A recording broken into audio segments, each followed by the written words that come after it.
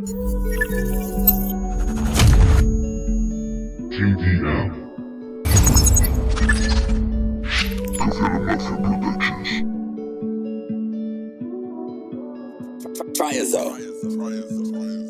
Me tocó vivir en el infierno, me tocó ser odiado y perseguido, como un estúpido pez piqué el anzuelo.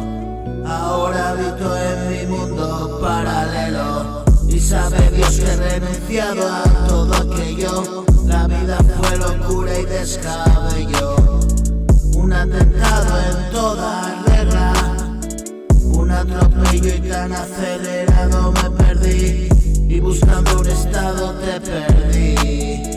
Quiero que tú regreses junto a mí, quiero tener cerca a nuestro pequeñín.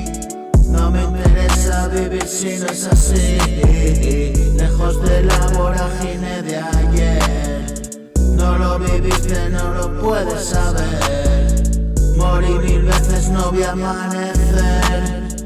Huí deprisa sin llegar a ver. Hoy estoy de regreso y seré una mitad y tú la otra. Qué bien, apasionadamente tuyo, un equilibrista que cayó al vacío, un funambulista que perdió el equilibrio.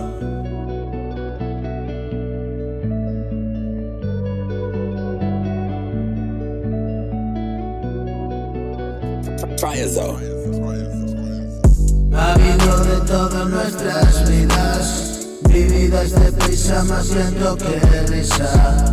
Estoy de tu lado, vámonos sin prisas. Estoy a tu lado, tu sonrisa me vicia.